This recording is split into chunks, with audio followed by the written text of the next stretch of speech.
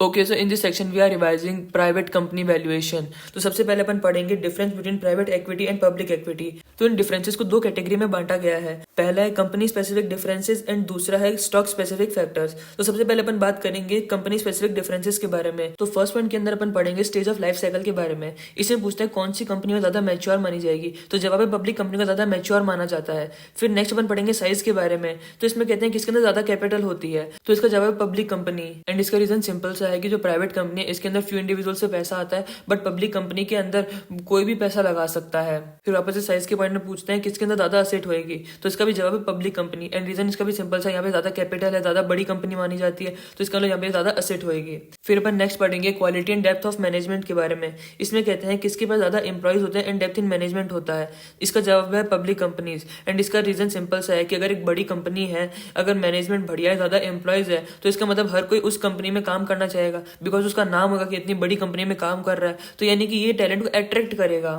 अब अपन पढ़ेंगे रिस्क के बारे में, किसमें ज्यादा रिस्क है। तो इसका जवाब है प्राइवेट कंपनी। एंड इसका रीजन सिंपल सा ये है कि ये कंसंट्रेटेड है इन फ्यू हैंड्स। फिर नेक्स्ट अपन पढ़ेंगे ओवरलैप के बारे में। तो इसमें कहते हैं किसके अंदर हायर मैनेजरियल ओनरशिप होती है। तो जवाब है प्राइवेट कंपनी, बिकॉज वहाँ पे प्राइवेट इंडिविजुअल्स ही तो होते हैं, तो यानी कि वो आराम से हर चीज मैनेज कर सकते हैं। बट यहीं पे अगर पब्लिक कंपनी होती है तो यहाँ पर शेयर होल्डर है वो अपॉइंट करते हैं मैनेजमेंट को, BOD को, तो यानी कि यहाँ पर ओनरशिप अलग है एंड मैनेजमेंट अलग है। फिर नेक्स्ट पॉइंट में अपन बात करेंगे फोकस के बारे में। तो इसमें पूछते हैं कि लॉन्ग टर्म फोकस किसका ऑब्जेक्टिव होता है। तो इसका जवाब है प्राइवेट कंपनी का, बिकॉज जो पब्लिक कंपनी है इनके पास मीडिया का प्रेशर होता है कि इनको ये रिपोर्ट करना पड़ेगा, नहीं तो इनका जो शेयर का प्राइस है वो फॉल हो जाएगा, तो इसलिए इनको शॉर्ट टर्म फोकस पे ध्यान देना पड़ता है। बट प्राइवेट वालों के पास ये सब रेस्ट्रिक्शंस और है ही नहीं, वो अपने हिसाब से मैनेज करते हैं, तो यानी कि वो लॉन्ग टर्म गोल्स के ऊपर ज्यादा फोकस कर सकते हैं rather than short term goals. Next में पढ़ेंगे क्वालिटी के बारे में। तो इसमें पूछते हैं किसके अंदर ग्रेटर ट्रांसपेरेंसी होती है। तो जवाब है पब्लिक कंपनीज, बिकॉज सिंपल सा रीजन ये है कि ये रेगुलेटेड होते हैं, ये जनरल पब्लिक से पैसा ले रहे हैं, इसलिए गवर्नमेंट चाहती है कि ये हर चीज एकदम ट्रांसपेरेंटली डिस्क्लोज करें, तो यहाँ पर इनके ऊपर रेगुलेशन ज्यादा लगाया जाता है, इसलिए यहाँ पर ज्यादा ट्रांसपेरेंसी होती है।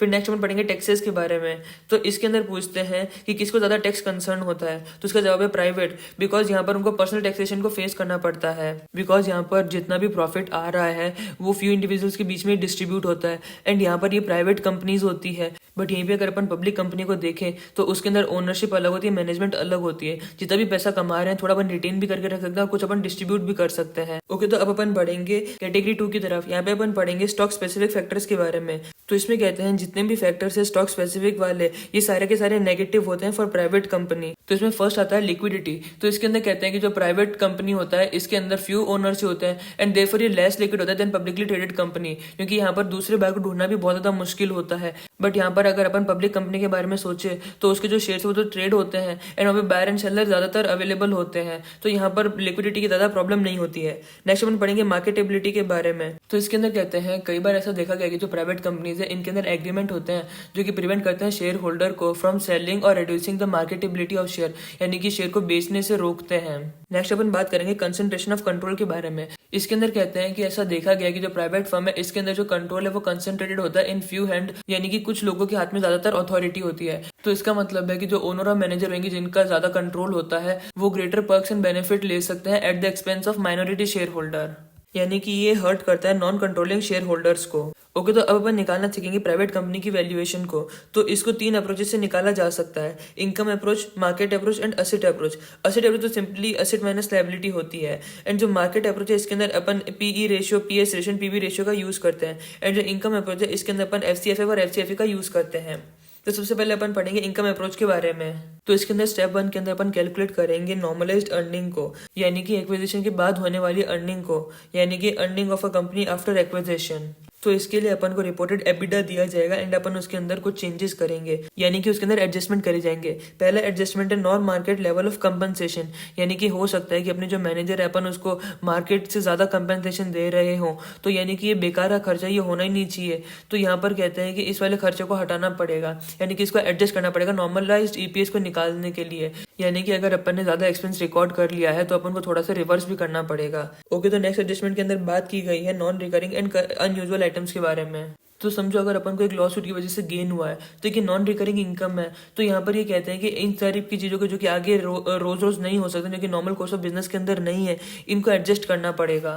यानी कि अगर अपन को लॉ सूट के अंदर गेन हुआ है तो अपन को उसका इफेक्ट हटाना पड़ेगा, बिकॉज ये रोज रोज तो होता है नहीं, ये नॉन रिकरिंग है एंड अनयूजुअल आइटम है। फिर नेक्स्ट एडजस्टमेंट के अंदर कहते हैं कि जो डिस्क्रिशनरी एक्सपेंसेस है उनको अवॉइड करा जाना चाहिए। फिर नेक्स्ट एडजस्टमेंट के अंदर बात की गई है रियल एस्टेट एक्सपेंस के बारे में। इसमें कहते हैं ऐसी जमीन है यानी कि ऐसे रियल एस्टेट जो कि अपन ने लिए हुए हैं बट अपने कोई काम के नहीं है, अपन ऐसे उसका रेंट पे करते जा रहे हैं, तो इनको हटाना पड़ेगा बिकॉज ये नॉर्मल नहीं है।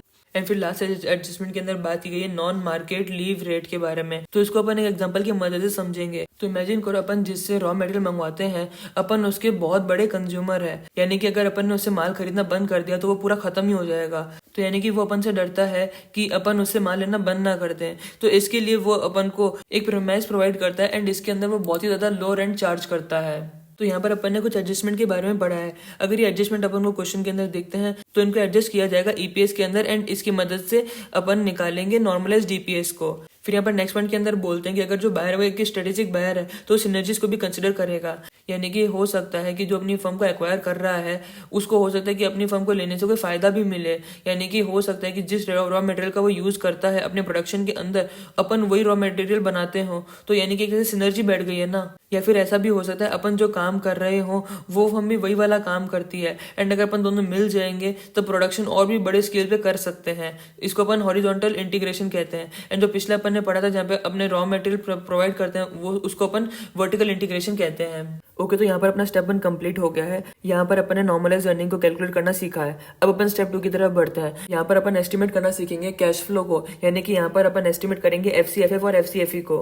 तो इसके अंदर कहते हैं कि अगर कैपिटल स्ट्रक्चर के अंदर चेंज आया है यानी कि डेट इक्विटी रेशियो के अंदर चेंज आया है आफ्टर एक्विजिशन, तब अपन को एफसीएफएफ का यूज करना पड़ता है, यानी कि free cash flow for the firm का यूज करना पड़ता है। एंड इसका रीजन ये है कि यहाँ पर जो यूज की जाती है डिस्काउंट रेट, यानी कि यहाँ पे जो weighted average cost of capital होता है वो लेस सेंसिटिव होता है टू लेवरेज चेंजेस, यानी कि डेट के चेंज होने से इसके अंदर कम फर्क पड़ता है देन कॉस्ट ऑफ इक्विटी, जो कि डिस्काउंट रेट होता है use for free cash flow for equity valuation. तो इस वजह से एफसीएफए वैल्यूएशन को प्रेफर करा जाता है देन एफसीएफई। तो नेक्स्ट इसके अंदर कहते हैं विद इन एफसीएफए और एफसीएफई अप्रोच 3 तरह की मेथड होती है जिनका यूज किया जा सकता है फॉर वैल्यूएशन। पहला है फ्री कैश फ्लो मेथड, दूसरा है capitalised cash flow method and तीसरा एक्सेस अर्निंग मेथड। सबसे पहले अपन बात करेंगे फ्री कैश फ्लो मेथड के बारे में। तो जस्ट ऊपर एक स्टिकी नोट है, इसके अंदर कहते हैं फ्री कैश फ्लो मॉडल के अंदर अपन series of discrete cash flow का फोरकास्ट करते हैं, प्लस अपन टर्मिनल वैल्यू का भी फोरकास्ट करते हैं जो कि रिफ्लेक्ट करता है value of business as going concern at some future date. यहाँ पे जो टर्मिनल ईयर होता है वो रिप्रेजेंट करता है पॉइंट इन द फ्यूचर जहां पर ग्रोथ लेवल ऑफ हो जाएगी, यानी कि कांस्टेंट हो जाएगी। जैसे अपन ने एक बार फ्री कैश फ्लो का फोरकास्ट कर लिया है अपन उसको डिस्काउंट करेंगे एट एप्रोप्रिएट रेट। फिर नेक्स्ट इसके अंदर कहते हैं कि यहाँ पर जो फ्री कैश फ्लो मेथड के बारे में बात हुई है वो 2 स्टेज मॉडल है। ओके, तो नेक्स्ट अपन बात करेंगे कैपिटलाइज कैश फ्लो मेथड के बारे में। इसको कैपिटलाइज इनकम मेथड भी कहा जाता है and capitalisation of earning method भी कहा जाता है। इसका फॉर्मूला होता है एफसीएफए1 या फिर एफसीएफई1 एंड इसको डिवाइड करा जाता है कैपिटलाइजिंग रेट से। कैपिटलाइजिंग रेट का मतलब है आई माइनस जी का मतलब हो गया required rate of return minus growth rate. तो हम यहाँ पे स्टिकी नोट है, इसके अंदर कहते हैं कि यहाँ पे अपन जो यूज करते हैं न्यूमरेटर के अंदर उसको नॉर्मलाइज्ड फ्री कैश फ्लो कहा जाता है। फिर कहते हैं कि जो कैपिटलाइज्ड कैश फ्लो मॉडल है एक तरह का ग्रोइंग परपेचुइटी मॉडल होता है, यानी कि ये एज्यूम करता है स्टेबल ग्रोथ को। एंड इसका मतलब है कि ये एक तरह का single stage free cash flow model भी होता है। इसको कई बार यूज करा जाता है फॉर स्मॉल प्राइवेट कंपनीज। साथ ही साथ इसको सुटेबल माना जाता है उन कंपनीज के अंदर जिनका कोई भी कंपेरेबल अवेलेबल नहीं है या फिर जिनका प्रोजेक्शन है वो अनसर्टेन है, और यहाँ पर स्टेबल ग्रोथ को एक रीजनेबल असम्पशन माना जाता है। अगर ग्रोथ है वो नॉन कांस्टेंट है तो फ्री कैश फ्लो मॉडल को यूज करा जाएगा इसकी जगह। ओके, तो नेक्स्ट वन मेथड 3 के बारे में पढ़ते हैं जो कि है एक्सेस अर्निंग मेथड। इस मेथड को यूज किया जाता है जहां पर सब्सटेंशियल इंटेंजिबल इन्वॉल्व होते हैं। ऊपर एक स्टिकी नोट है, इसके अंदर कहते हैं एक्सेस अर्निंग मॉडल के अंदर जो एनालिस्ट है वो स्टार्ट करता है विद द अर्निंग जो कि उसको जनरेट करनी होगी by working capital and fixed asset based on the estimates of required return. Excess earning को निकालने के लिए अपन फर्म की अर्निंग में से माइनस करेंगे earning required to produce required rate of return on fixed asset and working capital. यहाँ पे जो रिक्वायर्ड रेट होता है for working capital and fixed asset वो सब्जेक्ट टू एस्टिमेशन एरर होता है। तो अगर अपन को वैल्यू निकालनी ऑफ इंटेंजिबल एसेट तो उसको एस्टिमेट किया जाएगा as present value of stream of excess earning. ये जो वैल्यू आएगी इसको अपन ऐड करेंगे to the value of working capital and fixed asset and इन सबको ऐड करने से अपने निकल जाएगी फर्म की वैल्यू। ओके, तो यहाँ पर अपना स्टेप 2 भी कंप्लीट हो जाता है। रिमेंबर अपन स्टेप 1 के अंदर क्या करा था, अपन ने वहाँ पर नॉर्मलाइज अर्निंग निकाली थी। फिर अपन ने स्टेप 2 के अंदर एक फर्म की वैल्यू निकाली थी। इसको निकालने के 3 तरीके थे, FCF method, capitalized cash flow method and excess earning method. इनकी मदद से अपन ने फर्म की वैल्यू निकाल ली है। पर यहाँ पर जितनी भी वैल्यूज आई होगी फ्यूचर के अंदर उसको डिस्काउंट भी करना पड़ेगा, तो उसको किस रेट से डिस्काउंट किया जाएगा वो काफी चैलेंजिंग होता है। एंड ये अपन स्टेप 3 के अंदर पढ़ेंगे जो कि डिस्काउंट रेट। तो डिस्काउंट रेट को पढ़ने से पहले नीचे स्टिकी नोट है, इसको पढ़ते हैं। इसमें कहते हैं कि डिस्काउंट रेट को एस्टिमेट करना एक प्राइवेट कंपनी के अंदर बहुत ही ज्यादा चैलेंजिंग होता है बिकॉज ऑफ फॉलोइंग रीजन। पहला है साइज प्रीमियम। साइज प्रीमियम उस एडिशनल रिस्क को कहा जाता है जो कि एसोसिएट होता है विद स्मॉलर कंपनीज, जैसे कि limited access to capital, less diversification, higher volatility. तो साइज प्रीमियम को कैलकुलेट करने के लिए अपन यूज करते हैं data from small public firms. यहाँ पे स्मॉल पब्लिक फर्म का यूज किया जाता है डेटा, पर इसके अंदर एक बहुत बड़ा पोटेंशियल इशू है। तो इस इशू के अंदर कहते हैं कि अगर अपन यहाँ पर स्मॉल पब्लिक फर्म्स का डेटा ले रहे हैं तो हो सकता है कुछ स्मॉल पब्लिक फर्म्स ऐसी आ गई हो जो कि वंस लार्जर कंपनीज थी बट अब फाइनेंशियल डिस्ट्रेस के अंदर चल रही है। तो अगर एक कंपनी फाइनेंशियल डिस्ट्रेस के अंदर चल रही है तो जाहिर सी बात है लोग उसके अंदर ज्यादा रिस्क ले रहे हैं, तो इसका मतलब कि वहां पे वो ज्यादा रिटर्न डिमांड करेंगे, यानी कि इसके अंदर साइज प्रीमियम हाई होने वाला है। तो इसका मतलब है कुछ इस तरह की फर्म्स की वजह से जो साइज प्रीमियम है वो आर्टिफिशियली हाई हो जाता है, यानी कि यहाँ पर अपन ओवर एस्टिमेट कर लेते हैं डिस्काउंट रेट को for small private companies. Okay, तो अपन नेक्स्ट रीजन के बारे में बात करेंगे जो कि availability and cost of debt. इसके अंदर कहते हैं कि जो प्राइवेट फर्म्स होती है इनके अंदर जो WACC यानी कि weighted average cost of capital है वो हायर होता है। एंड पहला रीजन तो ये कि जो प्राइवेट फर्म्स है इनके पास लेस एक्सेस होता है टू डेट फाइनेंसिंग जो कि एक पब्लिक फर्म्स के पास होता है। एंड साथ ही साथ स्मॉलर प्राइवेट कंपनीज के अंदर हायर ऑपरेटिंग रिस्क भी होता है एंड इनकी वजह से जो KD होता है यानी कि जो कॉस्ट ऑफ डेट है वो हायर होता है। फिर साथ ही साथ ये भी सोचो कि जो इक्विटी है उसको मोर एक्सपेंसिव माना जाता है देन डेट, इस वजह से जो KE है यानी कि कॉस्ट ऑफ इक्विटी वो भी हायर होता है, यानी कि KD भी हायर है एंड KE भी हायर है एंड इस वजह से जो ओवरऑल WACC है वो भी हायर हो जाता है। ओके, तो अपन नेक्स्ट रीजन के बारे में बात करेंगे जो कि है एक्वायरर वर्सेस टारगेट। इसमें कहते हैं अपन को हमेशा यूज करना चाहिए discount rate of the target and not the acquirer. And इसका रीजन ये है कि ऐसा कई बार देखा गया है कि जो स्मॉल प्राइवेट फर्म्स होती है इनको लिया जाता है यानी कि एक्वायर किया जाता है by large and more stable companies, यानी कि larger and more stable companies जिसको अपन एक्वायर कंपनी बोलते हैं वो बाय करती है smaller and riskier private companies जो कि जिसको अपन टारगेट कंपनी बोलते हैं। तो यहाँ पर जो एक्वायरर होता है वो हमेशा यूज करना चाहता है अपने लोअर कॉस्ट ऑफ कैपिटल को to value the target. And lower cost of capital लेने की वजह से जो टारगेट है वो मोर वैल्यूएबल दिखती है than actually it is, because ये इग्नोर करते हुए चलती है यहाँ पर हायर रिस्क एसोसिएटेड होगा विद द टारगेट। तो इसलिए यहाँ पे एडवाइस किया जाता है कि अपन को हमेशा यूज करना चाहिए cost of capital of the target and not the acquirer. Okay, तो अपन नेक्स्ट रीजन की तरफ चलते हैं जो कि प्रोजेक्शन रिस्क। तो इसके अंदर कहते हैं कि प्राइवेट फर्म्स के अंदर लोअर अवेलेबिलिटी ऑफ इन्फॉर्मेशन होती है एंड इस वजह से जो एनालिस्ट है वो अप्लाई करता है हायर डिस्काउंट रेट। एडिशनली ऐसा देखा गया है कि जो प्राइवेट फर्म्स का मैनेजमेंट होता है वो इनएक्सपीरियंस्ड होता है एट फॉरकास्टिंग एंड इस वजह से अपन को अपवर्ड या फिर डाउनवर्ड एडजस्टमेंट करना चाहिए अर्निंग फॉरकास्ट के अंदर as appropriate. And next reason के अंदर अपन बात करेंगे लाइफ साइकिल स्टेज के बारे में। इसके अंदर कहते हैं ऐसी प्राइवेट फर्म जो कि अपने अर्ली स्टेज ऑफ डेवलपमेंट के अंदर होती है इनके अंदर डिस्काउंट रेट को निकालना बहुत ही ज्यादा डिफिकल्ट होता है। इस टाइप की फर्म्स के अंदर usually high level of unsystematic risk होता है, इसलिए यहाँ पर CAPM का यूज करना भी इनएप्रोप्रिएट माना जाता है। ओके, तो अपन अपने डिस्कशन की तरफ वापस आते हैं। डिस्काउंट रेट, इसके अंदर कहते हैं कि अपन को यूज करना चाहिए discount rate of the target and not the acquirer, जिसे अपन पहले ही देख चुके हैं। फिर नेक्स्ट इसके अंदर कहते हैं व्हाइल कंप्यूटिंग KC यानी कि WACC अपन को optimum level of date equity ratio लेना चाहिए। एंड वाइल कंप्यूटिंग KE अपन को कंपेयर करना चाहिए मॉडल्स को जिनको यूज किया जाएगा to estimate the required rate of return to private company equity, जैसे कि CAPM हो गया, एक्सपेंडेड CAPM हो गया एंड बिल्डअप अप्रोच हो गया। तो सबसे पहले अपन बात करेंगे CAPM के बारे में। इसका फॉर्मूला तो अपन को याद ही होगा, RF + RM - RF × बीटा। ये जो मॉडल है इसको इनएप्रोप्रिएट माना जाता है for private company valuation because generally अपने पास यहाँ पर बीटा होता ही नहीं है। तो अगर अपन को याद हो प्राइवेट कंपनी का जनरली हायर अनसिस्टमेटिक रिस्क होता है, देयरफॉर यहाँ पर जो बीटा है उसको एप्रोप्रिएट नहीं माना जा सकता है बिकॉज ये तो केवल सिस्टमेटिक रिस्क को ही पकड़ता है। ओके, तो अपन नेक्स्ट मेथड की तरफ बढ़ते हैं जो कि एक्सपेंडेड CAPM। तो इसको सक्सेसर वर्जन ऑफ CAPM भी कहा जा सकता है बिकॉज इसके अंदर CAPM वाला तो आता ही है पर इसके अंदर अपन ऐड कर देते हैं साइज प्रीमियम को भी एंड साथ ही तो अपन इसके अंदर ऐड करते हैं फर्म स्पेसिफिक रिस्क प्रीमियम को भी। फर्म स्पेसिफिक रिस्क प्रीमियम यानी कि इसके अंदर हो गया premium for unsystematic risk and size premium अपन ने थोड़ी देर पहले देखा था ही, अगर एक स्मॉल फर्म है तो उसके अंदर जनरली हायर साइज प्रीमियम होगा क्योंकि उसके अंदर हायर रिस्क भी है।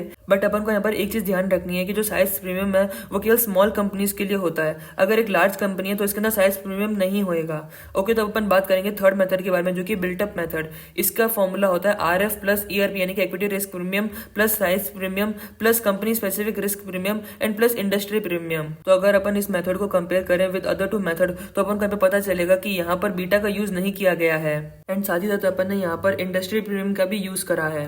ओके तो यहाँ पर अपना इनकम अप्रोच कंप्लीट हो जाता है। तो अगर अपन को याद हो स्टेप 1 के अंदर सबसे पहले अपन ने कैलकुलेट करा था नॉर्मलाइज्ड अर्निंग को, फिर उसके बाद अपन ने एफसीएफए या फिर एफसीएफए मॉडल का यूज करा था, जिससे कि अपन ने यहाँ पर वैल्यूएशन निकाली थी इस प्राइवेट फर्म की। अभी जो प्राइवेट फर्म है इसको निकालने के 3 तरीके हो सकते थे, free cash flow model, capitalise cash flow model and excess earning model. इनके अंदर जो डिस्काउंट रेट लिया जाएगा उसको अपन ने निकाला था स्टेप 3 के अंदर। अब डिस्काउंट रेट में केडी भी होता है और केई भी होता है। केडी को निकालने के लिए कहते हैं कि अपन को ऑप्टिमम डेट इक्विटी रेशियो का यूज करना चाहिए, एंड अपन को केई निकालने के लिए 3 मेथड का यूज करना चाहिए एंड इनको कंपेयर करना चाहिए, CAPM, expanded CAPM and building up method. Okay तो अब अपन नेक्स्ट अप्रोच की तरफ बढ़ेंगे for valuation of a private firm, जो कि है मार्केट मेथड। इसके अंदर अपन यूज करते हैं कंपेरेबल्स का। तो मार्केट अप्रोच के अंदर प्राइवेट फर्म्स को वैल्यू करने के लिए अपन यूज करते हैं प्राइस मल्टीपल्स का, साथ ही साथ यूज करा जाता है data from previous public and private transactions. तो यहाँ पर 3 तरह की मेथड बताई गई है, GPCM, GTM and PTM. GPCM को अपन कहते हैं guideline public company method, GTM को कहते हैं अपन गाइडलाइन ट्रांजेक्शन मेथड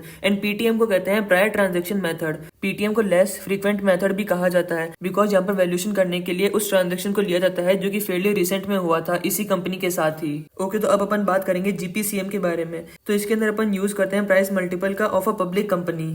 फिर यहाँ पर नेक्स्ट पेज के अंदर एक स्टिकी नोट है, इसको पहले देखेंगे, राइटअप को बाद में देखेंगे। तो इसके अंदर कहते हैं कि जो जीपीसीएम है वो यूज करता है एंटरप्राइज वैल्यू मल्टीपल का फॉर पब्लिक कंपनीज, एंड उन मल्टीपल्स के अंदर एडजस्टमेंट करा जाता है जिससे कि वो रिफ्लेक्ट करे differences in size, leverage, life cycle stage between the subject firm and the comparable, यानी कि प्राइवेट फर्म जिसका अपन वैल्यू निकालना चाहते हैं वो and comparable public firm. Next इसके अंदर कहते हैं जब भी अपन इवेल्युएट करते हैं कंट्रोलिंग इक्विटी इंटरेस्ट, यानी कि एक तरह से dominating equity position in a private firm, तो यहाँ पर कंट्रोल प्रीमियम को भी एस्टिमेट किया जाएगा। इसको एक तरह से अपन वैल्यू ऑफ कंट्रोल भी कह सकते हैं, बिकॉज यहाँ पर एक तरह से अपन मेजर स्टेक ले रहे हैं कंपनी का।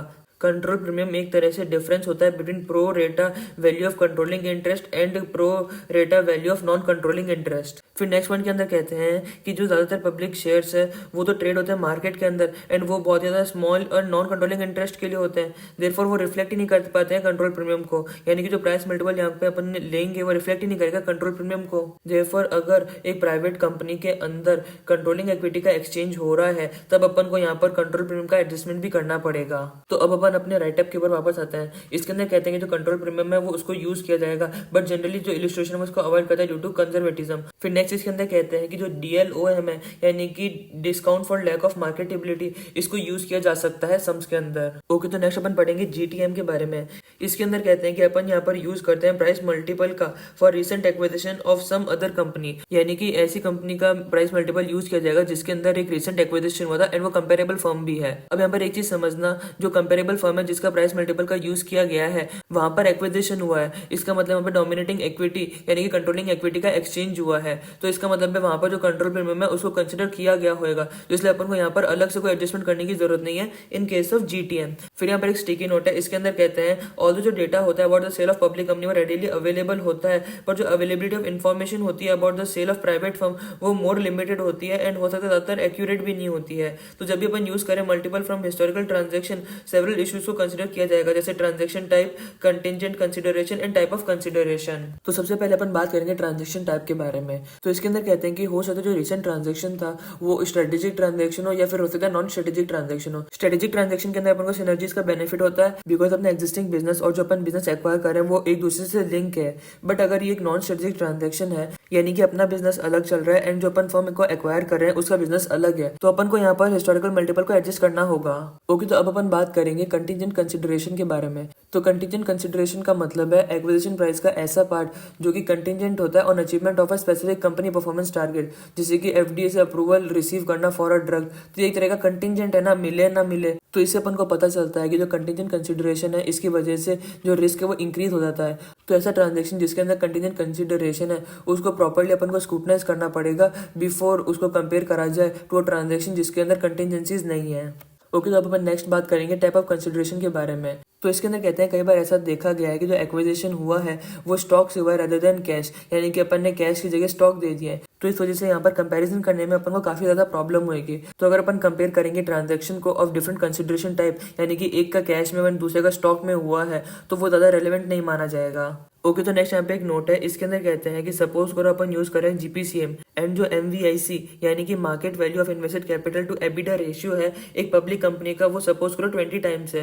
एंड फिर अपन को बताया जाता है कि अपन को अप्लाई करना 30% discount for size and firm specific risk. So यहाँ पर अपना जो मल्टीपल है वो हो जाएगा 0.7 इंटू 20 यानी कि 14 टाइम्स। फिर इसके अंदर कहते हैं सपोज जो नॉर्मलाइज एबिटा है प्राइवेट सब्जेक्ट फर्म का वो समझ लो 40 मिलियन है।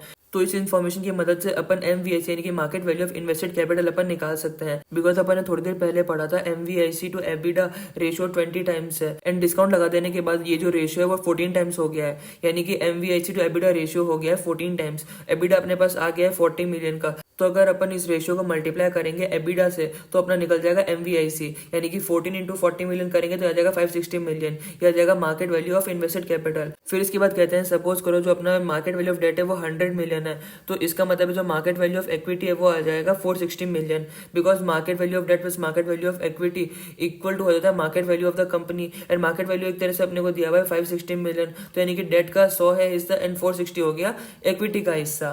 फिर इसके अंदर नेक्स्ट कहते हैं कि सपोज करो जो कंट्रोल प्रीमियम है वो 10% है, तो भी जो 10% प्रीमियम है वो लगाया जाएगा ऑन द फाइनल आंसर, यानी कि जो मार्केट वैल्यू ऑफ इक्विटी है इसके ऊपर अपन लगाएंगे इस 10% को, यानी कि 460 इंटू 1.1 कर देंगे, यह जाएगा 506 मिलियन। इसका मतलब है कि जो कंट्रोल प्रीमियम है उसको एडजस्ट नहीं किया जाएगा विद एमवीआईसी, इंस्टेड उसको एडजस्ट किया जाएगा after accounting for equity. And normal सी भी बात है, उनका जो हिस्सा है वो इक्विटी के अंदर आ रहा है ना, तो इसलिए अपन को उसको इक्विटी के अंदर ही एडजस्ट करना होगा। अपन उसको मार्केट वैल्यू ऑफ फर्म के अंदर कैसे एडजस्ट कर सकते हैं। ओके, तो फिर नेक्स्ट नोट के अंदर कहते हैं कि अगर कंट्रोल प्रीमियम आ जाता है 25% तो डीएलओसी निकाल लो। डीएलओसी का मतलब है discount for lack of control. अगर कंट्रोल प्रीमियम है 25% तो डीएलओसी हो जाएगा 25/125, यानी कि एक तरह से ये हो गया x/100 प्लस x, यानी कि control premium upon 100 plus control premium. Okay, तो अब अपन discount for lack of control यानी कि डीएलओसी के बारे में थोड़ा डिटेल में पढ़ेंगे। इसके लिए नीचे एक स्टिकी नोट दिया गया है, इसको देखो। तो डीएलओसी की रिक्वायरमेंट इसलिए है क्योंकि ऐसा कई बार देखा गया था कि जो माइनॉरिटी शेयर होल्डर होते हैं वो एट अ डिसएडवांटेज होते हैं, बिकॉज उनके पास लेस पावर होता है to select the director and management than controlling share holder. फिर इसमें कहते हैं कि जो कंट्रोलिंग शेयर होल्डर है वो कई बार ऐसा देखा गया है एंजॉय करते हैं excessive compensation and other perk at the cost of minority share holder, इसलिए यहाँ पर डीएलओसी की सख्त जरूरत पड़ी थी। पर हाउएवर ऐसी फर्म्स जो कि एक्सपीरियंस कर रही है आईपीओ को या फिर सेल, वो इस तरह के एक्शंस कम ही परस्यू करते हैं जो कि डैमेज करते हैं माइनॉरिटी शेयर होल्डर्स को। ओके, तो नेक्स्ट अपन पढ़ेंगे डीएलओएम के बारे में, यानी कि discount for lack of marketability. तो इसके अंदर कहते हैं हो सकता है कि अपन जिस कंपनी के अंदर पोजीशन लिए हुए हैं उसको सोल्ड करने में काफी तकलीफ आए, यानी कि अपन अपनी पोजीशन को इजीली सोल्ड नहीं कर पा रहे हैं, तो यहाँ पर डीएलओएम अप्लाई किया जाएगा। फिर यहाँ पर नीचे एक स्टिकी नोट है, इसके अंदर कहते हैं कि जो डीएलओएम है वो इम्पैक्ट होता है बाय न्यूमेरस फैक्टर। तो इसके अंदर कहते हैं कि अगर एक सिग्निफिकेंट आईपीओ आने वाला है या फिर फर्म सेल होने वाली है तो ये डिक्रीज करेगा डीएलओएम को। इसको इस तरह से सोचो कि अगर आईपीओ आएगा तो अपन इजीली मार्केट के अंदर यानी कि पब्लिक के अंदर अपना शेयर है वो बेच सकते हैं। ऐसा अगर फर्म सेल होने वाली है तो बहती गंगा में अपन भी अपना हाथ धो सकते हैं, यानी जब मेजोरिटी अपना स्टेक बेच रहा है तो माइनॉरिटी वाला भी अपना स्टेक बेच देगा, तो यहाँ पर डीएलओएम है वो डिक्रीज होगा। नेक्स्ट इसमें कहते हैं कि अगर कॉन्ट्रेक्चुअल रेस्ट्रिक्शन है ऑन सेलिंग स्टॉक, यानी कि इतने साल तक आप स्टॉक नहीं बेच सकते हो, तो वहां पर डीएलओएम इंक्रीज होएगा। फिर अगर कहते हैं कि अगर large pool of buyer available यानी कि बहुत सारे बायर इसको खरीदने को तैयार है तो यहाँ पर डीएलओएम वो डिक्रीज होएगा। एंड फिर इसके अंदर कहते हैं अगर ग्रेटर कंसंट्रेशन ऑफ ओनरशिप है यानी कि कुछ लोगों के हाथ में ग्रेटर कंट्रोल है तो यहाँ पर जो डीएलओएम है वो इंक्रीज हो जाएगा। ओके, तो नेक्स्ट यहाँ पर 3 मेथड बताई गई है for calculating DLOM. First is restricted shares, दूसरा है pre versus post IPO and तीसरा है पुट ऑप्शन। तो रेस्ट्रिक्टेड शेयर मेथड के अंदर जो प्राइस होता है रेस्ट्रिक्टेड शेयर का वो कंपेयर किया जाता है विद पब्लिकली ट्रेडेड शेयर, यानी कि अपने वाले केस के अंदर 430 को कंपेयर करा जाएगा 500 से, एंड ये जो डिफरेंस आएगा इसको डिवाइड करेंगे नॉर्मल वाले के प्राइस से, तो इससे अपना जाएगा डीएलओएम, यानी कि जो डिफरेंस है 70 का इसको डिवाइड करेंगे 500 से, तो ये आ जाएगा 14% डीएलओएम। यानी कि अगर अपन इसको इंटरप्रेट करें तो इसमें कह सकते हैं कि रेस्ट्रिक्शंस की वजह से शेयर का प्राइस 14% डिस्काउंट पे मिल रहा है। फिर मेथड 2 के अंदर अपन बढ़ते हैं, इसमें अपन कंपेयर करते हैं प्री आईपीओ प्राइस को विद पोस्ट आईपीओ प्राइस से। तो जाहिर सी बात है अगर पोस्ट आईपीओ तो इसका मतलब वो मार्केट के अंदर ट्रेड हो रहा है, पब्लिकली ट्रेडेड है। अगर पब्लिकली ट्रेडेड है तो यानी कि यहाँ पर डीएलओएम में वो खत्म हो चुका है, तो यानी कि जो पोस्ट आईपीओ वाला दाम है वो ज्यादा होगा देन प्री आईपीओ वाला दाम, तो अपन इसका डिफरेंस निकालेंगे डिवाइड कर देंगे पोस्ट वाले दाम से, तो ये आ जाएगा 16/96 जो कि है 16.67%। तो इसको इंटरप्रेट करा जाएगा लैक ऑफ मार्केटेबिलिटी के कारण जो शेयर का प्राइस है वो 16.67% से डिस्काउंट किया गया है।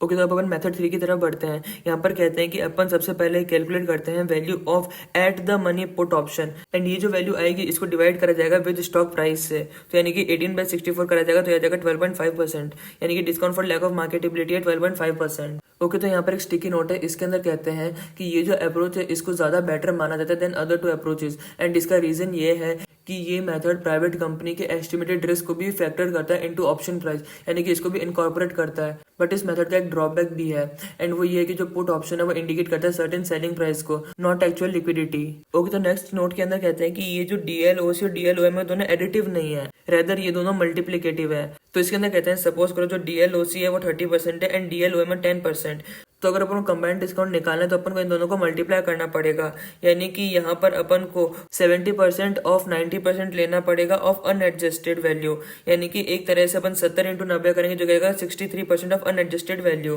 तो ये रिफ्लेक्ट करता है combined discount of 37% instead of 40%। Okay तो नेक्स्ट एक सवाल आता है, इसके अंदर पूछते हैं अपन प्राइवेट इक्विटी वैल्यूएशन क्यों करते हैं। तो इसके 3 रीजन होते हैं, transaction purpose, compliance and litigation. तो ट्रांजेक्शन पर्पस के अंदर कहते हैं कि हो सकता है कि अपन को वेंचर कैपिटल फाइनेंसिंग की जरूरत पड़ जाए, या फिर अपन आईपीओ के लिए जाना चाहें, या फिर अपन को मैनेजमेंट कंपनसेशन को कैलकुलेट करना है, तो इन सब के लिए अपन को प्राइवेट इक्विटी वैल्यूएशन की जरूरत पड़ेगी। फिर आता है कंप्लायंस, ये एक तरह से एफआरए और टैक्स से रिलेटेड होता है। एंड लास्ट आता है लिटिगेशन, ये डिस्प्यूट रेजोल्यूशन और के लिए यूज किया जाता है, यानी कि अगर एक फर्म के अंदर डिस्प्यूट होता है एंड सब अलग अलग होना चाहते हैं तो प्राइवेट इक्विटी वैल्यूएशन की मदद से सबका हिस्सा करा जाता है एंड एप्रोप्रिएटली उनको बांट दिया जाता है। ओके तो नेक्स्ट एक सवाल आता है, इसमें पूछते हैं कितने टाइप की वैल्यूज होती है। तो इसमें कहते हैं 5 टाइप की वैल्यूज होती है, investment value, intrinsic value, fair market value, fair value and market related value. Investment value के अंदर अपन वैल्यू करते हैं for a particular buyer, usually strategic buyer होता है। इंट्रिंसिक वैल्यू के अंदर अपन एक तरह से वैल्यू करते हैं इन इक्विलिब्रियम, यानी कि P0 = IV0 टाइप्स निकाला जाता है। नेक्स्ट है फेयर मार्केट वैल्यू, इसको यूज किया जाता है फॉर टैक्स पर्पस। नेक्स्ट है फेयर वैल्यू, इसको यूज किया जाता है फॉर एफआर एंड यूज किया जाता है फॉर लिटिगेशन। फिर नेक्स्ट आता है मार्केट रिलेटेड वैल्यू, इसको यूज किया जाता है फॉर रियल एस्टेट। फिर यहाँ पर कहते हैं कि अपन ने ये जो पढ़ा है fair market value and market related value, इनको वैल्यू किया जाता है at an arm's length transaction and informed parties. Okay तो नेक्स्ट पॉइंट के अंदर कहते हैं कि जो वैल्यूएशन स्टैंडर्ड होते हैं फॉर पी रेशियो वो इफेक्टिव क्यों नहीं हो पाते हैं। तो इसके अंदर कहते हैं कि ये वॉलंटरी होते हैं, यानी कि कंपलसरी नहीं होते हैं। साथ ही इनके अंदर लैक ऑफ ट्रांसपेरेंसी होती है, बिकॉज कोई भी डिस्क्लोज नहीं करता कि उनको वैल्यू कैसे किया गया है। साथ ही साथ यहाँ पे जो पीई रेशियो होता है उसके अंदर हेट्रोजेनिटी भी होती है, यानी कि वो होमोजीनियस नहीं होते हैं, हेट्रोजीनियस होते हैं, यानी कि उनके अंदर एडजस्टमेंट करना पड़ता है। ओके तो नेक्स्ट अपन अपने रिव्यू क्लास वाले नोट्स की तरफ बढ़ जाते हैं। तो इसमें कहते हैं कि जो पूरा चैप्टर है इसको 3 पार्ट में बांटा गया है, theory of valuation and DLOC and DLOM. तो सबसे पहले अपन यहाँ पर जान रहे हैं डीएलओसी के बारे में by comparing comparable company and subject company. तो अगर कंपेरेबल कंपनी के अंदर कंट्रोलिंग पोजीशन के लिए हो रहा है, यानी कि मोस्ट प्रोबेबली वहाँ पे जीटीएम का यूज हो रहा है, एंड सब्जेक्ट कंपनी के अंदर भी कंट्रोलिंग पोजीशन के लिए ही हो रहा है, तो जो डीएलओसी है वो कुछ भी नहीं आएगा, बिकॉज वो जो डीएलओसी वाला कंपोनेंट है वो ऑलरेडी इनकॉर्पोरेट हो चुका है कंट्रोलिंग पोजीशन की वजह से। फिर कहते हैं कि अगर कंपेरेबल कंपनी के अंदर नॉन कंट्रोलिंग पोजीशन के लिए हो रहा है एंड सब्जेक्ट कंपनी के अंदर कंट्रोलिंग पोजीशन के लिए हो रहा है, तो यहाँ पे कंट्रोल प्रीमियम लगाया जाएगा। बट इसका एक्सेप्शन है, एंड इस एक्सेप्शन के अंदर कहते हैं कि अगर कंपेरेबल ट्रांजैक्शन है वो एक स्ट्रेटेजिक बायर या फिर एक स्टॉक डील के लिए हुआ है, तो यहाँ पर अपन को डीएलओसी को नहीं ऐड करना होगा। फिर नेक्स्ट पॉइंट के अंदर कहते हैं कंपेरेबल कंपनी के अंदर एक कंट्रोलिंग पोजीशन के लिए हुआ था एंड सब्जेक्ट कंपनी के अंदर नॉन कंट्रोलिंग पोजीशन के लिए हुआ था, तो यहाँ पर डीएलओसी आएगा, बट हो सकता है इसको इनकॉर्पोरेट किया जाए by the use of reported earning. फिर नेक्स्ट पॉइंट के अंदर कहते हैं कंपेरेबल कंपनी के अंदर नॉन कंट्रोलिंग पोजीशन के लिए हुआ था एंड सब्जेक्ट कंपनी के अंदर भी नॉन कंट्रोलिंग पोजीशन के लिए हुआ था, तो यहाँ पर कोई भी डीएलओसी नहीं आएगा। ओके तो नेक्स्ट अपन पढ़ेंगे difference between private and public company. ये अपन सबसे पहले ही पढ़ चुके हैं, तो इसमें सीधा अपन क्रक्स जानेंगे। तो इसको डिफरेंशिएट 2 पार्ट में करा जा सकता है, company level factor and stock level factors. तो जो स्टॉक लेवल फैक्टर है इसके अंदर प्राइवेट कंपनी के सारे पॉइंट्स ही नेगेटिव होते हैं, यानी कोई भी फायदा नहीं होता है। बट अगर अपन कंपनी लेवल फैक्टर्स के अंदर जाएं तो यहाँ पर लार्जली नेगेटिव पॉइंट होते हैं, बट यहाँ पर कुछ पॉजिटिव पॉइंट भी होते हैं। ओके तो फिर अपन एलओएस बी की तरफ जा रहे हैं, uses of private company valuation. ये अपन ने पहले भी पढ़ा था, बट वो अपन ने ऊपर ही देखा था, यहाँ पे अपन डिटेल में पढ़ेंगे। तो यहाँ पर कहते हैं प्राइवेट कंपनी की टोटल कैपिटल और टोटल इक्विटी कैपिटल को वैल्यू करने के 3 रीजन होते हैं। First is transaction, second is compliance and third is litigation. अपन हम इन तीनों के बारे में डिटेल में समझेंगे। तो सबसे पहले आता है ट्रांजैक्शन रिलेटेड वैल्यूएशन। तो जो ट्रांजैक्शन रिलेटेड वैल्यूएशन होते हैं वो नेसेसरी होते हैं जब भी अपन सेल कर रहे हैं या फिर फाइनेंस कर रहे हैं एक फर्म को, यानी कि जब अपन वेंचर कैपिटल फाइनेंसिंग करवा रहे हैं, या फिर अपन आईपीओ के लिए जा रहे हैं, या फिर अपन एक्विजिशन करवा रहे हैं, या फिर बैंक्रप्सी प्रोसीडिंग्स के लिए, या फिर अपन डेट फाइनेंसिंग के लिए जा रहे हैं, या फिर अपन पता लगाना चाहते हैं कि क्या अपन को लिक्विडेट कर देना चाहिए, फिर अपन को कंटिन्यू करना चाहिए, या फिर अपन परफॉर्मेंस बेस्ड मैनेजरियल कंपनसेशन को कैलकुलेट करना चाहते हैं। इन सब के लिए अपन को ट्रांजैक्शन रिलेटेड वैल्यूएशन का यूज करना होगा। तो सबसे पहले अपन पढ़ेंगे वेंचर कैपिटल फाइनेंसिंग के बारे में। तो इसके अंदर कहते हैं कि ऐसी समझो कि डेवलपमेंट स्टेज के अंदर है, उसको पैसों की जरूरत पड़ सकती है जिससे कि वो कैपिटल इन्वेस्टमेंट कर सके। इसके लिए वो एक्सटर्नल फाइनेंसिंग का सहारा लेता है, एंड इस वजह से वो रिसीव करता है private financing from venture capital capital investors. यहाँ पे रिस्क को रिड्यूस करने के लिए वेंचर कैपिटल इन्वेस्टर है वो कैपिटल प्रोवाइड तो करते हैं पर वो राउंड में प्रोवाइड करते हैं, यानी कि टुकड़ों में प्रोवाइड करते हैं पैसा after achievement of specific benchmark, जिसको अपन माइलस्टोन कहते हैं। ओके, तो नेक्स्ट अपन पढ़ेंगे आईपीओ के बारे में, इनिशियल पब्लिक ऑफर। यहाँ पर एक तरह से अपनी जो प्राइवेट फर्म है इसको अपन पब्लिक लेकर के जाते हैं, यानी कि एक तरह से अपन इंक्रीज करें अपनी लिक्विडिटी को। तो अगर कोई भी कंपनी आईपीओ के लिए जाती है तो वो इन्वेस्टमेंट बैंकर का सहारा लेती है। तो यहाँ पर जो इन्वेस्टमेंट बैंक होती है वो परफॉर्म करती है आईपीओ का valuation using value of similar public firms as benchmark. Okay, तो नेक्स्ट अपन पढ़ेंगे सेल इन एंड एक्विजिशन के बारे में। इसके अंदर कहते हैं कि एक डेवलपमेंट स्टेज या फिर मैच्योर स्टेज वाली जो प्राइवेट फर्म होती है उसको ऑफन बेच देता था जिससे कि लिक्विडिटी को जनरेट किया जा सके फॉर द ओनर्स। यहाँ पर जो वैल्यूएशन होएगा वो ऑफन परफॉर्म किया जाएगा by both the firm and the buyer and वो सब्जेक्ट टू नेगोशिएशन भी होता है। ओके, तो नेक्स्ट अपन पढ़ेंगे बैंक्रप्सी प्रोसीडिंग्स के बारे में। तो इसके अंदर कहते हैं कि अगर एक फर्म बैंक्रप्सी के अंदर चल रही है तो वहां पर एक्यूरेट वैल्यूएशन की बहुत ज्यादा जरूरत होती है जिससे अपन डिटरमाइन कर सके कि क्या फर्म को लिक्विडेट कर देना चाहिए या फिर उसको रीऑर्गेनाइज करना चाहिए,